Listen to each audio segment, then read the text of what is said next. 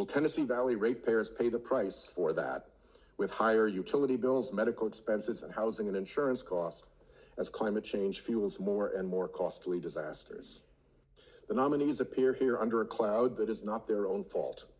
Trump fired 3 Democratic board members, upending the convention of a bipartisan TVA board and depriving the board of its quorum. Are Republicans okay with that? How about when the winds change?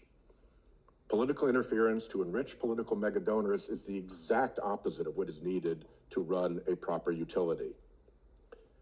A public board like the TVA board needs competent visionaries. That guy is such a blowhard. So that's a recording from a Senate committee that met last week to review the Trump nominees for the Tennessee Valley Authority's board. I'm not sure how they met because the government still shut down. Very weird, but it happened. So as a former customer of TVA, let's set the record straight. TVA has been run by a bunch of left-wing ideologues for years, and ratepayers have already been paying the price for that. They've been super hyper-focused on things like green energy development, which has no ability to meet even the current demands that we have for energy, much less what's coming. The result of that is that there have been huge rate increases over the past couple of years for the ratepayers, and there also have been things like rolling blackouts, which get people killed because, again, they're not producing enough energy. The TVA's main job, the reason it was developed, was to create affordable energy capacity for people in 7 states who have to use it. And they haven't done that because they have been so focused on pursuing these other random goals. Not only have they been super focused on things like green energy, they've also been trying to get like government money to expand broadband, which they have absolutely no business or expertise being involved in whatsoever.